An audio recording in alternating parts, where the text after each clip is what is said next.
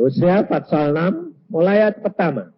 Mari kita akan berbalik kepada Tuhan, sebab dialah yang telah menerkam dan yang akan menyembuhkan kita, yang telah memukul dan yang akan membalut kita. Ia akan menghidupkan kita sesudah 2 hari. Pada hari yang ketiga, ia akan membangkitkan kita. Dan kita akan hidup di hadapannya. Marilah kita mengenal dan berusaha sungguh-sungguh mengenal Tuhan. Ia pasti muncul seperti fajar. Ia akan datang kepada kita seperti hujan. Seperti hujan pada akhir musim yang mengairi bumi. Apakah yang akan kulakukan kepadamu, hai Efraim? Apakah yang akan kulakukan kepadamu, hai Yehuda? Kasih setiamu seperti kabut pagi dan seperti embun yang hilang pagi-pagi benar. Sebab itu aku telah meremukkan mereka dengan perantaraan nabi-nabi. Aku telah membunuh mereka dengan perkataan mulutku dan hukumku keluar seperti terang.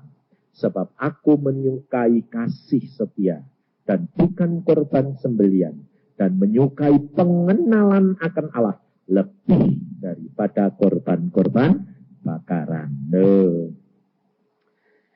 Kita harus kenali bahwa Tuhan kita itu dia menerkam, tetapi dia menyembuhkan. Nah, saudara tahu kenapa Tuhan mengatakan kata-kata menerkam? Dia itu adalah singa Yehuda.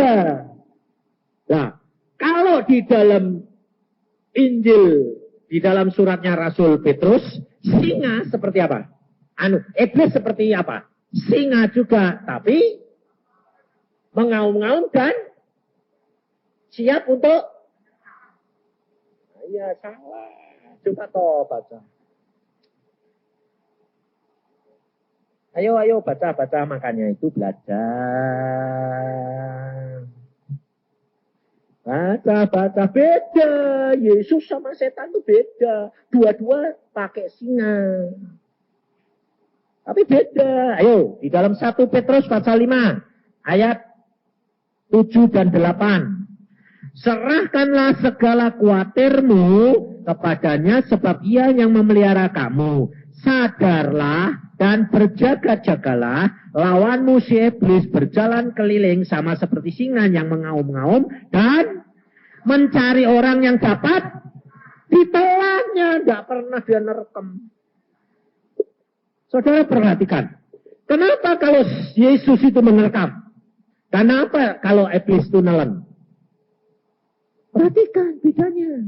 Makanya saya itu selalu baca kamu dari ujung sampai ujung. Kejadian wahyu. Baca terus.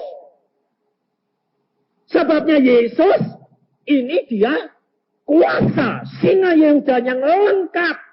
Dia nerekam. Tapi dia tidak menggigit. Ngerti? Karena dia sayang. Gak sampai hati. Tapi kalau singa iblis, dia tidak nerekam. Tapi nelen sebab dia apa? Ngerti tidak? Dia nggak bisa gigit. Tapi karena dia lalu sama singa ngompong kok takut. Karena kamu lihat, singa. Padahal kalau kamu tahu ompong, tak takut. Kenapa? Ada bisa gigit toh. Gak bisa. Lah kamu ditelan pun bisa enggak? Gak bisa besar gede kamu. Loh, kalau kamu tahu firman Tuhan sebetulnya kamu tidak perlu khawatir kan? Takut. Makanya Petrus juga ngomong, serahkan khawatirmu kepada Yesus. Kamu takut. Itu sudah gak bisa gigit. Kepengennya nelen, gak sampai. Kamu ditelan ya keluar lagi. Kamu sama gede ini sama singa. Lah ya, jadi nggak apa-apa. Paling-paling baret-baret, ketakan. Nggak apa-apa. Loh. Kita berkata di dalam kitab Hosea tadi, saudara, bahwa kita harus apa? mengenali Tuhan dengan sungguh-sungguh. Karena Tuhan itu justru apa?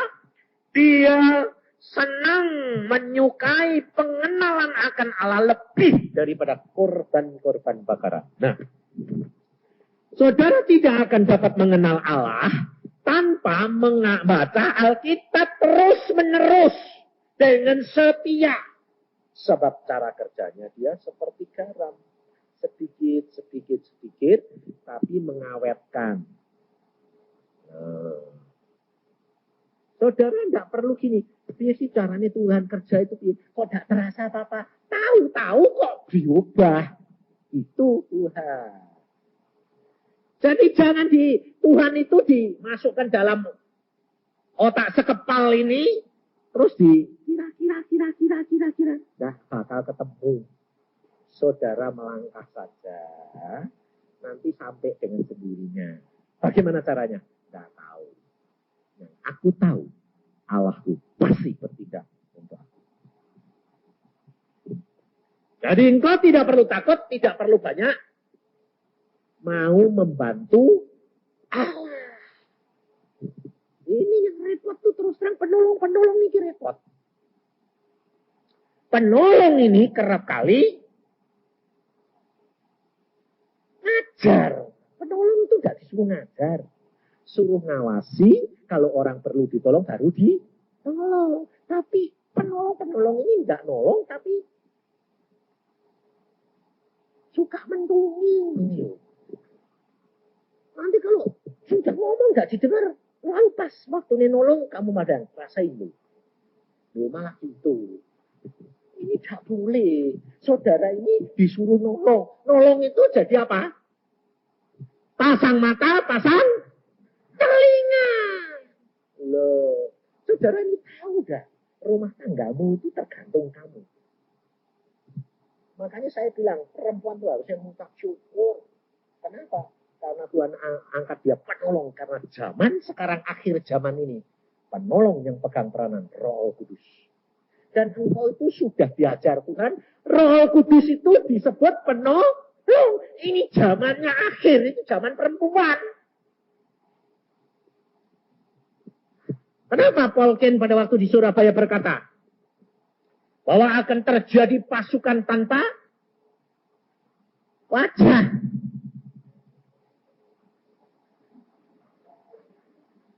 Pasukan tanpa wajah. Gak kelihatan loh. Rumah tangga itu yang kepala rumah tangganya siapa?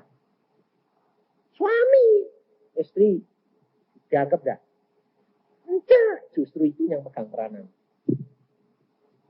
Tapi saudara bilang, apa? Aku kan cuma di belakang layar. Itu justru. Baca Quran hari ini enggak? Wanita terkuat di Asia. Dia bilang apa? Aku sih di belakang layar. Itu justru kuncinya. Nanti muncul dewek. Lalu kalau suami sampai hebat, kalau bilang apa? Lalu suaminya dipuji. Wah Pak, hebat ya Pak. Suaminya diam-diam bilang apa? Ini loh. Sebetulnya yang pegang kunci itu apa? Istriku. Saya itu terus terang, saya ini jujur. Saya bisa jadi pengkhotbah. Saya bisa sekarang orang lihat bilang, ya Pak Yusak berubah. Saya bilang apa? Hasil karya siapa?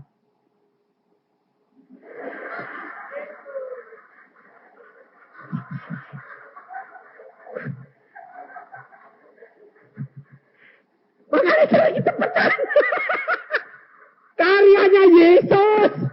Tetapi loh, Yesus berkarya karena hatinya tidak tahan melihat tang air mata istriku 13 tahun. Ya betul saya. Saya makanya bilang hati Yesus itu tidak tahan melihat cucuran air mata. Sehingga dia harus bertindak karena ada seorang pendoa. Bapa akan menyelamatkan isi dunia ini karena Roh Kudus. Dan dia berkarya. Maka dari itu Roh Kudus diberikan kepada saudara dan saya di dalam hati. Penolong, penolong, penolong.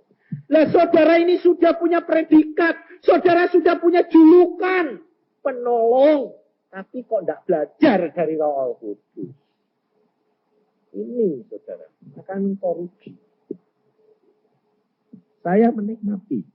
Makanya saya ngakui di depan orang-orang. Saya bilang, saya diubahkan Tuhan. Tuhan berkarya dalam hidup saya. Karena ada pendoa. Ada penolong yang selalu berdoa. Sebab istri saya itu kalau saya marah, kalau saya sudah has gitu tak. Cuma ngomong, has gitu tak. Terus dia langsung air matanya yang keluar. Gak sekejap gak ngomong. Cuma meleleh. Lu kok meleleh? Saya bilang, udah, diam. Udah, masuk, udah, gitu. Aku bilang gitu. Coba dia bilang, lah ya, aku ini masuk dari kok. Kamu kok salah ngerti loh. Tapi dengan air mata, begitu hati ini disiram. Saudara Tuhan, ini hatiku sekarang kok kayak hatimu. Lihat air mata sedikit kok maces. Gitu. Nah iya, itu. Makanya coba ini loh, keisha.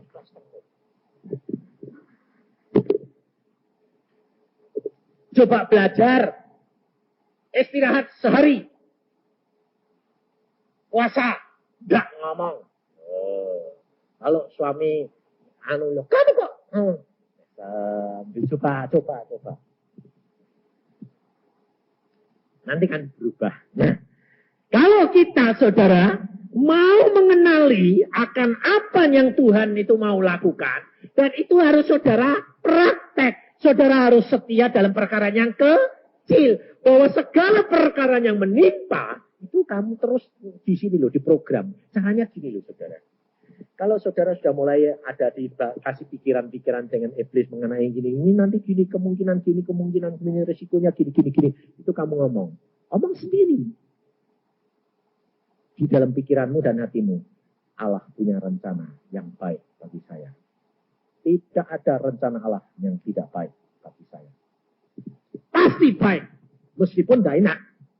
Nah, bagianmu, kamu ngomong. Bagianmu, apa saja yang Tuhan berikan. Yang penting periksa diri kamu. Benar? Jalan saja. Toh Tuhan tahu yang baik. Nah, kadang-kadang itu tidak sekali. Contohnya saya ngalami. 2 Desember, saya retreat. Linda, Bernard, anak-anaknya juga ada di sana. Nah, judulnya Tahan Uji. Saya pikir Tuhan tahan uji. Berarti 92 ini tahan uji. Dan Alkitab berkata bahwa segala perkara itu dimulai dari dalam rumah Allah. Waduh, berarti aku ini hamba-hamba Tuhan model hamba-hamba Tuhan dulu nih, Pak. Pulang dari retreat, saya bilang sama anak-anak, sama istri saya, tahan uji. Siap, ya. Udah kuat. Wes. Baru hari pertama, saudara. Baru hari pertama. Apa terjadi? Kita di atas, tingkat 2 di rumah, bawah ada meja makan besarnya, lebih besar dari ini.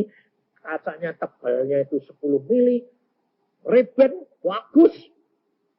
Suaranya sampai ke atas. Tiup yang perang. Apa itu saya turun?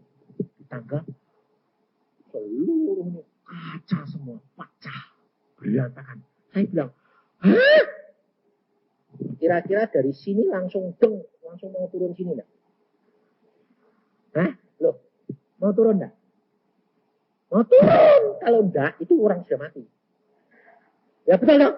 Saya masih hidup. Hah? Mau nyemprot dari sini keluar. Tahan uji ketemu di sini. Nah, dari sini turun, di sini naik, turun. Tahan uji. Lalu mak kolak. Lalu saya bilang, loh, bukan.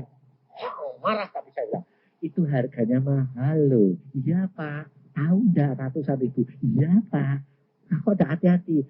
Seperti didorong kok Pak. Oh ya sudah, lain kali hati-hati ya. Iya Pak. Saya naik ke atas. Istri saya ketemu saya bilang, apa yang?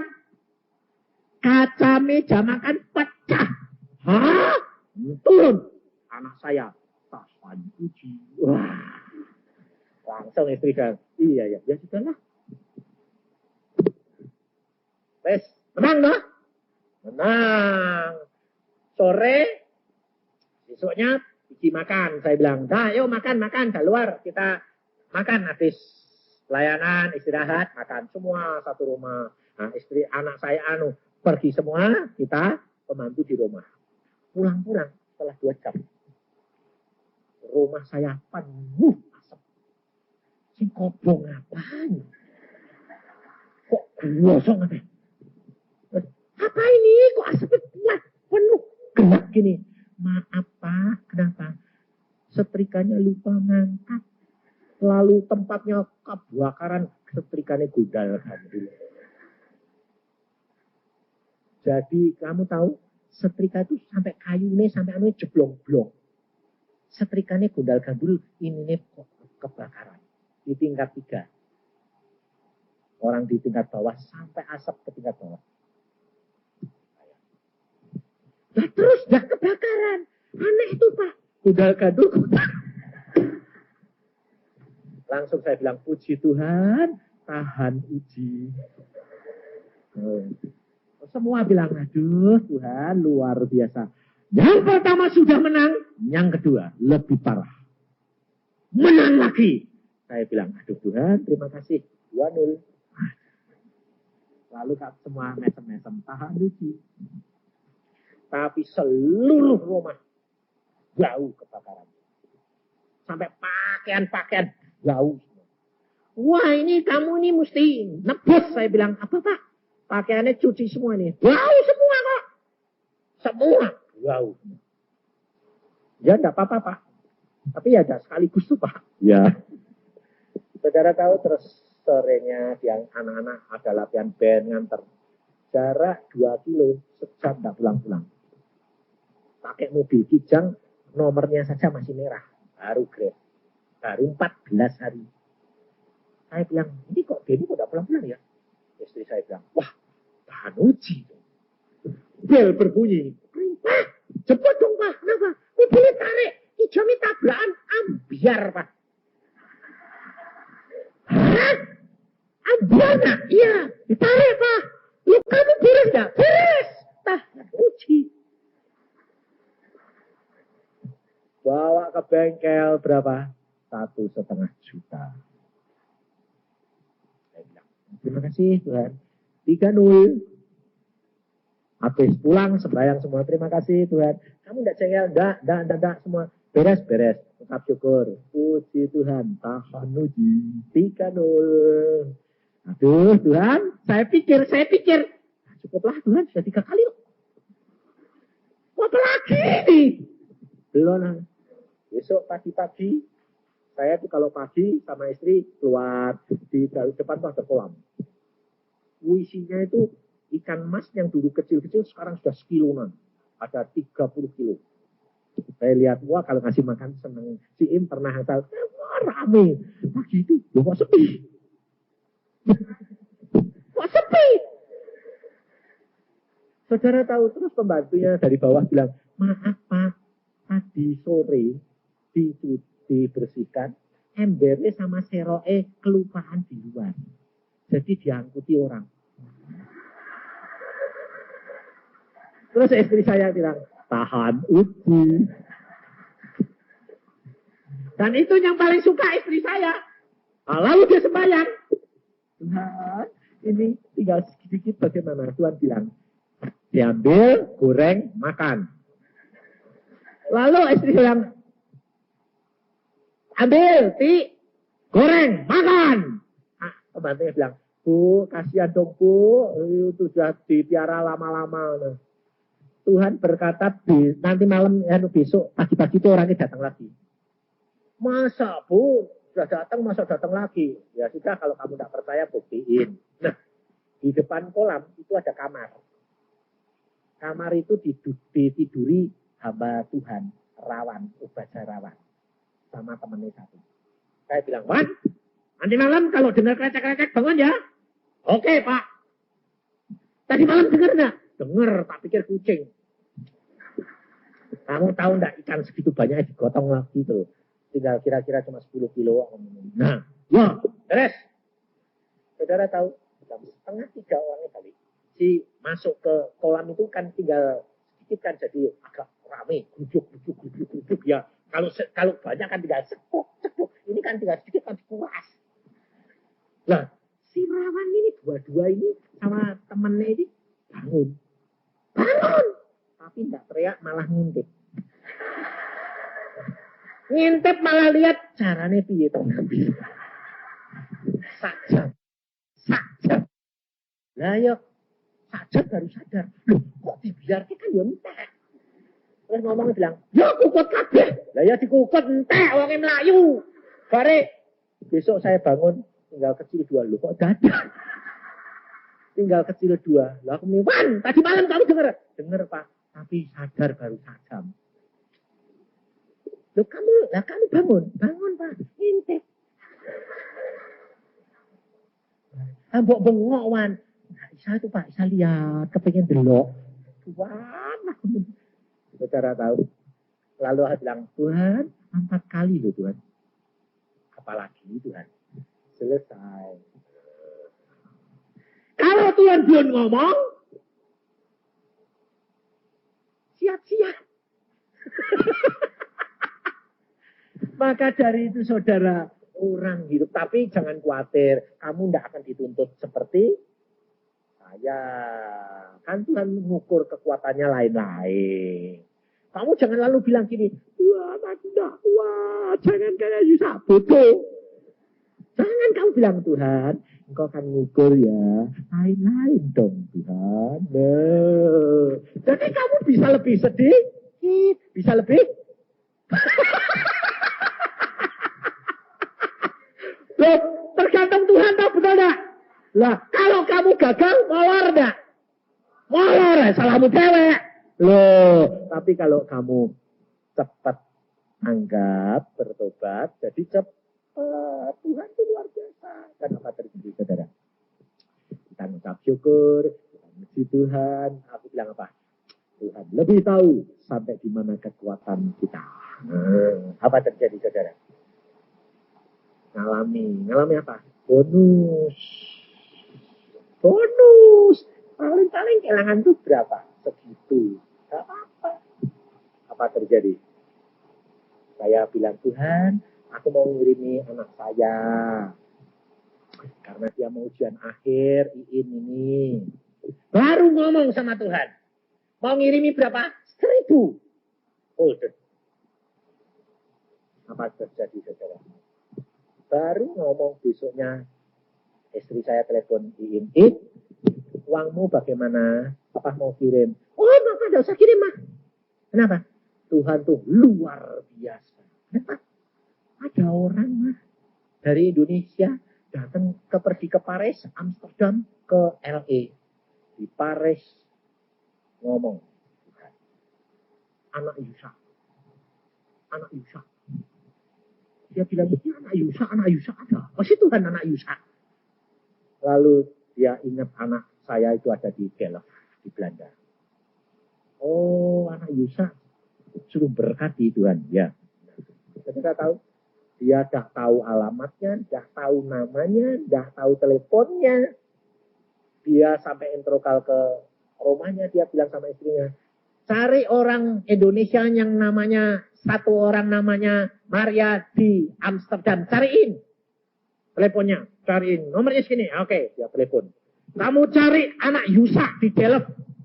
Alamatnya mana, namanya apa, teleponnya nomor berapa. Selesai. Dicariin, ketemu. Dia terbang ke Amsterdam. Ini namanya In. Alamatnya ini, teleponnya. Telepon sama dia. In ini. Ya, Om. Siapa Om? Aku dari Jakarta mau pergi ke LA, tidak ada waktu. Kamu bisa tidak mampir sekarang? Maaf Om, saya baru mau sekolah ujian, tidak bisa Om. Pulang dari ujian, mampir, ambil, berkat. Buat siapa Om? Kamu dibiayai siapa? Papa. Ya sudah, ambil. Bilang saja dari Papa. Nanti saya titipin, sebab saya harus terbang ke LA. Jadi itu uang dititipin. Berapa?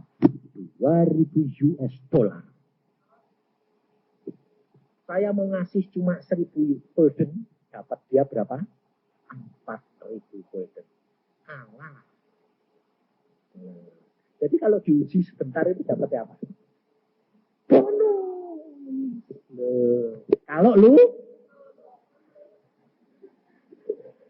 Kalau udah lulus dapat apa?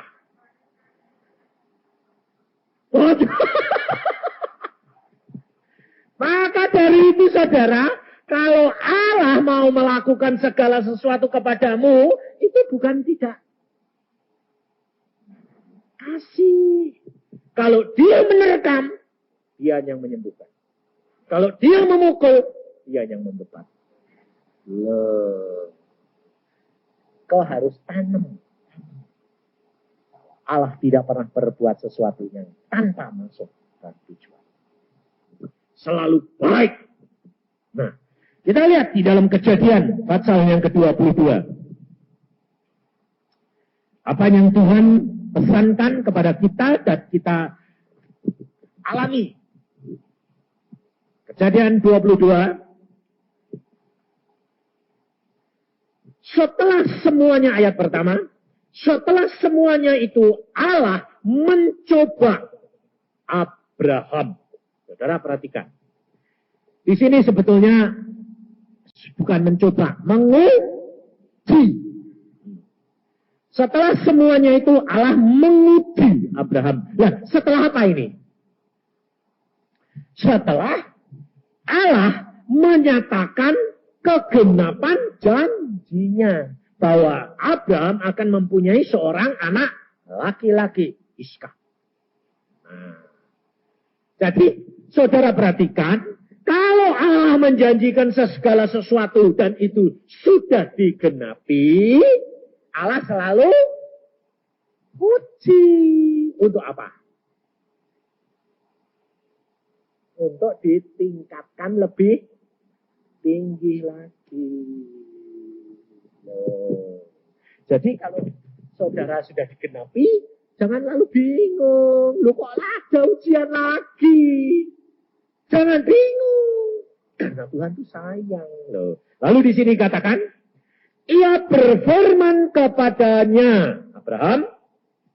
Lalu sautnya, ya Tuhan. Firmannya, ambillah anakmu yang tunggal itu yang kau kasihi. Ya ini Ishak.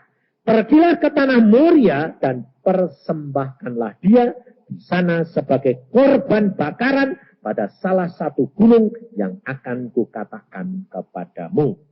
Keesokan harinya pagi-pagi bangunlah Abraham. Ia memasang pelana keledainya dan memanggil 2 orang bujangnya beserta Ishak anaknya.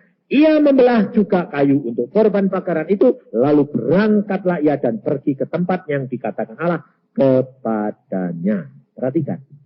Kalau Abraham ragu-ragu, Abraham tidak akan mengalami peningkatan.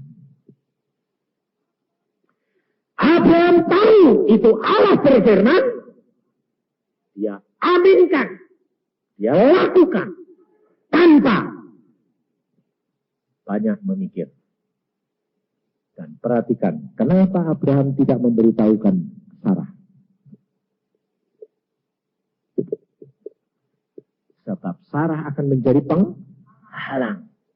Karena iman percayanya Sarah tidak sekuat Abraham. Jadi saudara, kalau suamimu tidak ngomong, itu jangan nyalain. Kalau dia tidak ngomong, pasti Tuhan punya rencana. Sebab engkau mungkin belum mampu mengatasi. Engkau harus jadi pendoa. Engkau harus rela apapun yang dilakukan. Abraham berangkat bersama dengan Ishak. Ya berangkat. Pokoknya pagi-pagi sediakan semua berangkat. Meskipun itu tidak masuk akal. Bertentangan. Firman Tuhan selalu mengajar kita saudara. Selalu. Bahwa tindakan Allah pada mulanya tidak masuk akal. Selalu onlogis. Selalu sepertinya gagal. Selalu sepertinya tidak bakal kesampaian. Tapi itu Allah kita. Sebab Allah sudah berkata, apa yang tidak pernah timbul dalam hati dan pikiranmu, Itu yang disediakan Allah. Jadi tinggal saja mengucap syukur. Coba kalau tadi Linda tidak longsor di bawah kaki Tuhan, bangkrut ya. Bisa bodol tenan. Bernard ruginya ratusan juta bisa bodol tenan. Kalau sudah itu ampun Tuhan ampun, telat. Ulang lagi 75%. Nah, kepeng. Kalau sudah mengucap syukur, makanya itu belajar, saudara. Belajar sekian yang paling kecil. Lakukan. Sebab apa? Sebab Tuhan sendiri yang menguji.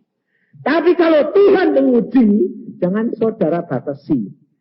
Cuma hanya Abraham bawa anaknya, sudah nurut, sudah. Sampai ke Gunung Moria, sudah. Belum.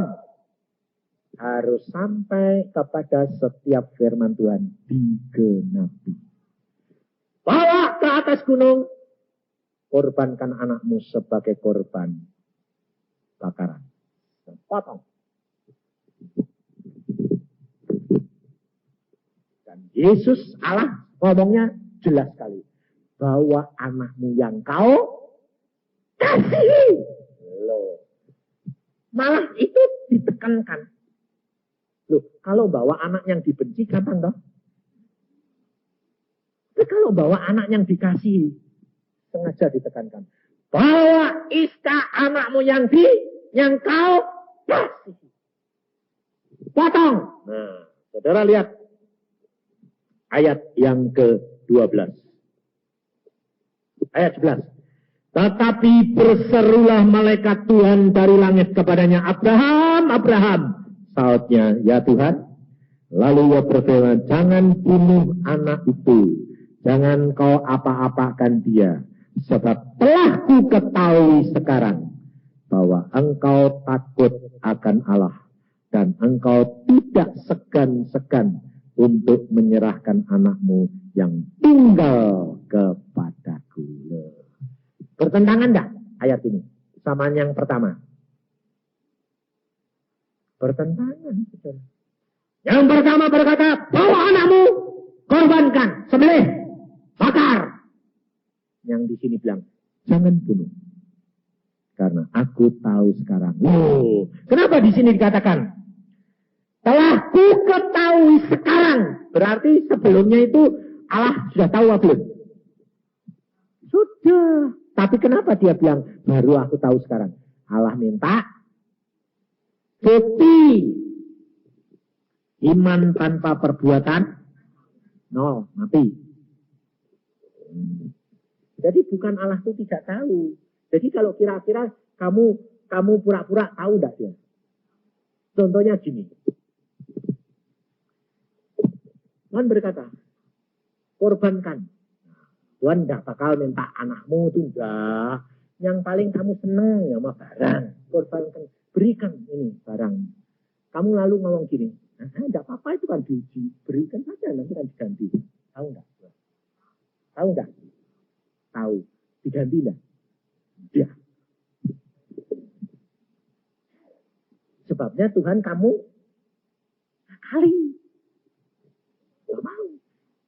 Tuhan mau. Kamu berdapat perintah. Lakukan. Diganti atau tidak, bukan urusanmu. Itu hak dia. Jadi memberikannya itu dengan ikhlas, rela. Jadi kalau tidak diganti, kamu tidak kecewa. Karena gini, karena kamu sayang Tuhan. Kalau kamu sayang sama seseorang, mau beri tidak? Hah? Wah. Nah, kamu harus mempunyai perasaan kalau diperintah Tuhan. Itu seperti engkau mencintai Tuhan. Kalau kamu memberikan, disuruh berikan itu, kamu beri kepada Tuhan, bukan beri kepada manusia lain. Nah, ini yang penting, saudara. Kerap kali anak-anak Tuhan mancing.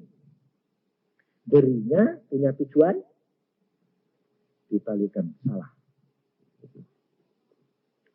Abraham disuruh, korbankan anakmu.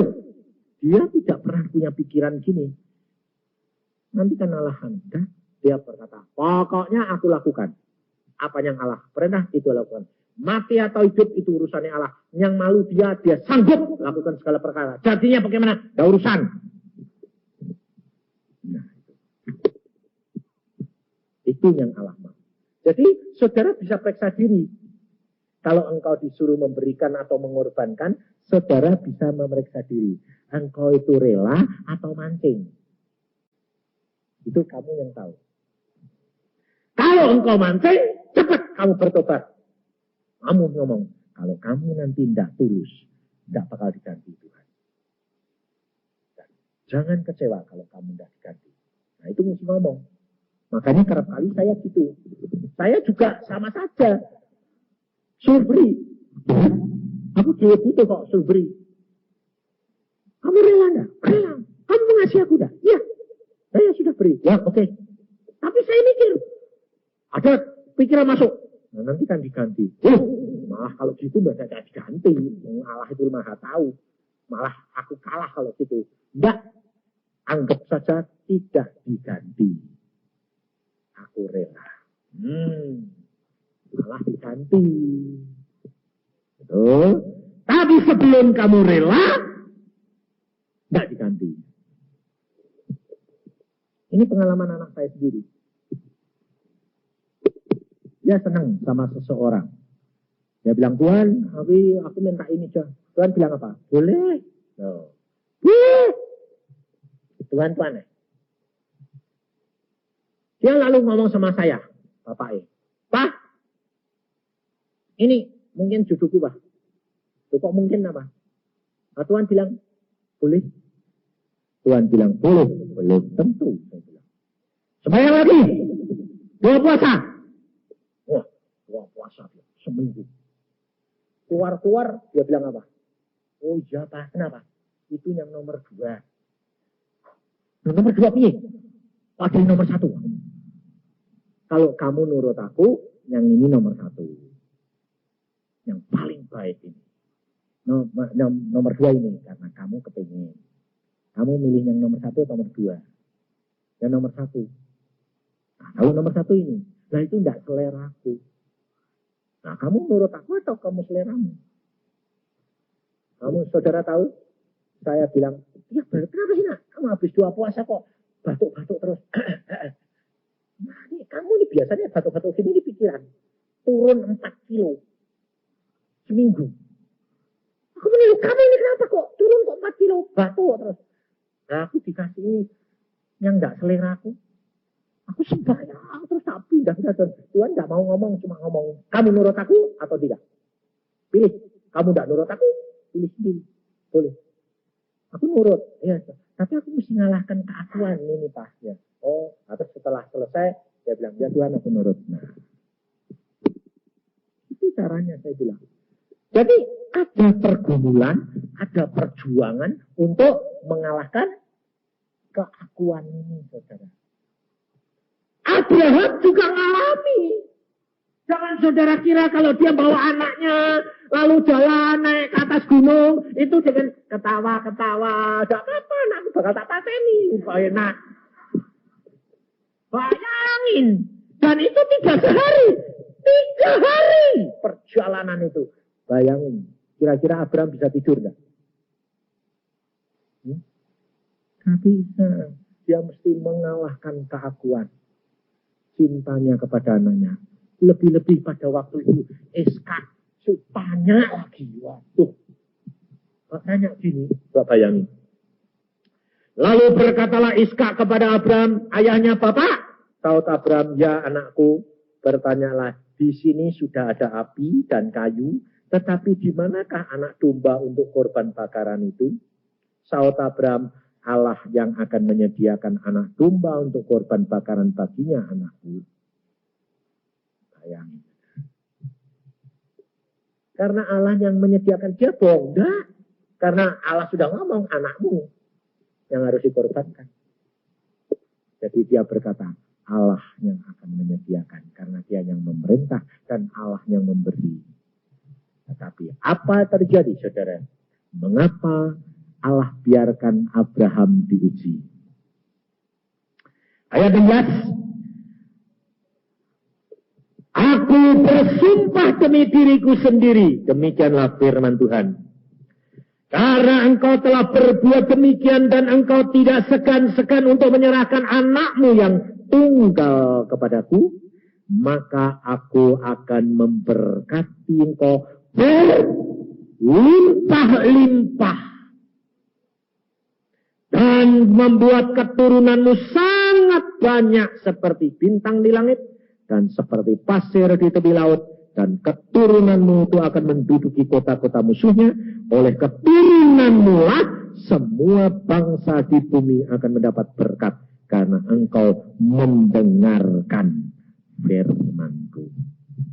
Coba saudara, balasan Allah itu berapa kali lipat? Berlimpah-limpah, berlipat-lipat. Satu dikorbankan, seluruh isi dunia mendapat berkat karena Abraham. Kalau saudara dan saya di dalam rumah tanggamu, engkau satu. Kalau Abraham satu saja isi dunia, kamu cukup buat serumah. Cukup untuk family. Satu saja. Cukup. Maka dari itu saudara, engkau dipilih oleh Allah menjadi apa? Pengawas. Menjadi tiang-tiang rumah tangga dan family. Tapi engkau harus belajar dari apa? Roh Kudus. Karena Roh Kudus adalah seorang penolong. Allah penolong. Maka baca kitab Yohanes dan pelajari sifat perangai dan tindakan Roh Kudus. Ia mengingatkan akan firman Allah. Berarti saudara dan saya harus menjadi pembaca firman. Dia mengingatkan firman Allah. Apanya Yesus pernah katakan. Dia mengajar. Dia mengarahkan. Dia akan memberitahukan apa yang akan terjadi. Itu tugasnya, saudara. Kau harus mengajar anak-anakmu. Tapi bukan mukulin. Ngajar. Mendidik. Mengarahkan. Kalau terhadap suami, kamu harus memuliakan firman. Roh Kudus memuliakan Yesus. Memuliakan kepala. Jadi kamu penolong. Memuliakan siapa? Yesus. Di dalam dunia, suami. Jadi menghormati suami. Oh. Penolong itu cuma ngawasi toh. Lihat. Suaminya mau apa? Diem. Doa Tuhan, tugas apa? Ngawasi. Tuhan diem ya diem. Nanti kalau mau kesembuh, dia pegang. Jadi jangan, gini. Tuhan tidak suruh kamu ngomong. Suruh diem. Nanti kalau ada apa-apa diberitahu. Wong kamu ya penolong, Roh Kudus ya penolong. Dia tidak pernah terlambat. Abraham, pisaunya sudah di sini. Baru Tuhan ngomong, Abraham. Ya Tuhan, jangan bunuh. Tuhan tidak dari dulu. Ya Abraham, sedang jalan. Nah gunung, Tuhan bilang, ya, tidak jadi. Enggak. Biarkan sampai tepat waktunya. Tuhan tidak pernah terlambat. Tuhan tidak pernah tergesa-gesa. Asal engkau berjaga dan berdoa. Ini yang sulit. Sembahyang. Kalau ditanya, kamu sembahyang? Sudah Pak. Setiap jamnya, enggak. Kadang-kadang ya loncat-loncat Pak. Baca Alkitabnya juga loncat-loncat. Iya. Nah itu. Penjaganya saja kadang-kadang di menara, kadang-kadang tidur. Musuhnya datang. Telat. Saudara sudah diangkat Tuhan menjadi seorang penjaga. Saudara harus waspada. Lihat di dalam Yehezkiel.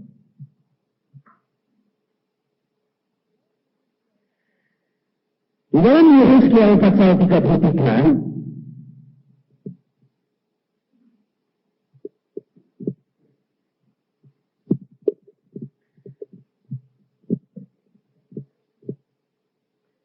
Ayat yang pertama, lalu datanglah firman Tuhan kepadaku, hai anak manusia, berbicaralah kepada teman-temanmu sebangsa, dan katakanlah kepada mereka, kalau aku mendatangkan pedang atas sesuatu negeri, dan bangsa negeri itu mengambil seorang dari antara mereka, dan menetapkan dia menjadi penjaganya, dan penjaga ini melihat pedang itu datang atas negerinya, lalu meniup sangkakala untuk memperingatkan bangsanya. Kalau ada seorang yang memang mendengar suara sangkakala itu, tetapi ia tidak mau diperingatkan, sehingga sesudah pedang itu datang, ia dihabiskan, darahnya tertimpa kepadanya sendiri. Ia mendengar suara sangkakala, tetapi ia tidak mau diperingatkan, darahnya tertimpa kepadanya sendiri. Kalau ia mau diperingatkan, ia menyelamatkan nyawanya. Sebaliknya penjaga yang melihat pedang itu datang, tetapi tidak meniup sangkakala, dan bangsanya tidak mendapat peringatan, sehingga sesudah pedang itu datang, seorang dari antara mereka dihabiskan, orang itu dihabiskan dalam kesalahannya. Tetapi aku akan menuntut pertanggungan jawab atas nyawanya dari penjaga itu.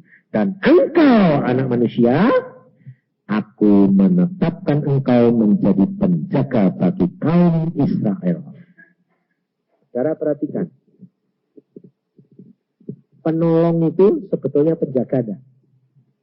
Hah? Iya. Penolong itu penjaga. Makanya Roh Kudus diturunkan supaya kita menjadi berjaga-jaga bersama dengan Roh Kudus. Karena Roh Kudus yang tahu apa yang akan terjadi. Saudara-saudara adalah penjaga rumah tangga. Saudara perhatikan. Engkau bertanggung jawab untuk seluruh keluargamu. Tapi, kalau nanti seluruh keluargamu selamat, penjaganya upahnya berapa? Lebih banyak daripada yang dijaga atau lebih sedikit? Lebih banyak.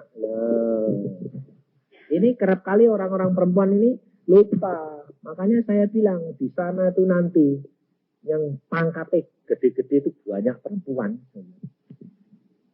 Karena apa?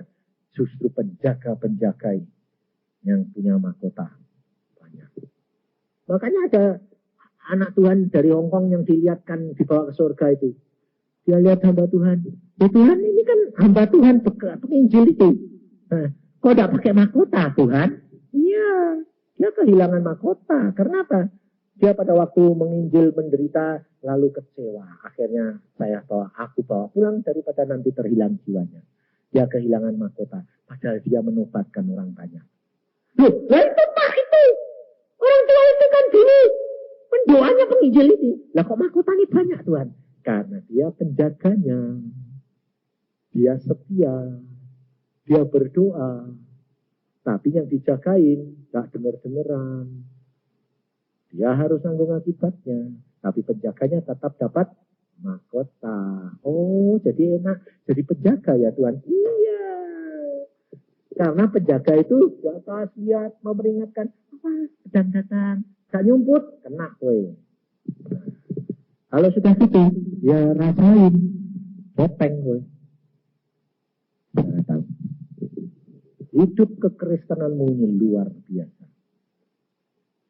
Maka dari itu ucapkan syukur karena Allah itu sedang merencanakan dalam keluargamu. Karena Allah sangat menyayangi engkau. Kenapa? Karena Allah sudah menetapkan engkau sebagai penjaga-penjaga Israel.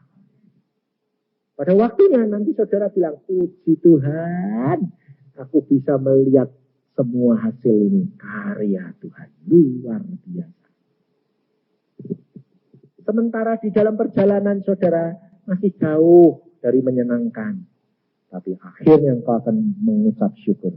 Dan tidak lebih bilang, Tuhan itu karyamu. Engkau baik, sangat baik, amat baik, luar biasa Allah. Saya itu tiap hari saudara, tidak ada lain kecuali Tuhan, terima kasih engkau amat baik, sangat baik. ada yang saya dapat katakan, tidak banyak yang saya dapat ucapkan kecuali engkau baik, luar biasa baik, rencanamu indah semuanya. Memang sakit, memang sementara berjalan tidak enak, tapi Yesus sudah berkata, kuk yang kupasang itu enak dan ringan. Jadi meskipun tidak enak, tapi itu paling enak daripada yang tidak enak. Paling ringan daripada yang berat. Ya cukup berat, tapi dibandingkan yang berat, paling ringan. Jadi ucap syukur. Sebabnya apa? Kalau kamu tidak kuat, selesai tugasnya Tuhan. Selama masih kuat, gotong terus. Nah, jadi kalau kamu lihat suamimu ini jengkelin terus, wah ini berarti ini masih kuat, ini udah beres ini. Jangan kamu nuduh suamimu, kalau kamu sampai sudah cuma bisa orang halus dah, kehabisan mikir, kehabisan ngomong, yang keluar apa tuh? Air mata tok, diem, ledes terus, ya itu dah. Kemudian Tuhan yang bisa bertindak. Maka dari itu sadari diri. Kau akan melihat kemuliaan Allah demi kemuliaan Allah dinyatakan. Dan kamu akan menuai. Alkitab berkata apa? Yang menanam dengan air mata. Tapi dia akan pulang dengan sorak-sorai. Waktunya akan tiba, saudara. Jadi sementara ini kamu sedang nanam, jangan ngomel. Dengan air mata, ya, wes Tuhan, tak tanam. Suamiku model kayak apa, ben, tak tanam ini. Sedang nanam ini. Tapi firman Tuhan berkata, aku akan menuai dengan sorak-sorai. Itu yang harus diaminkan. Jangan ngomel. Tak bakal selesai. Tapi hanya dengan duduk diam di bawah kaki Tuhan. Tuhan berkata apa? Kalau engkau menantikan aku dan engkau menuruti firman-Ku, aku akan melepaskan kamu dari pencobaan yang akan melanda isi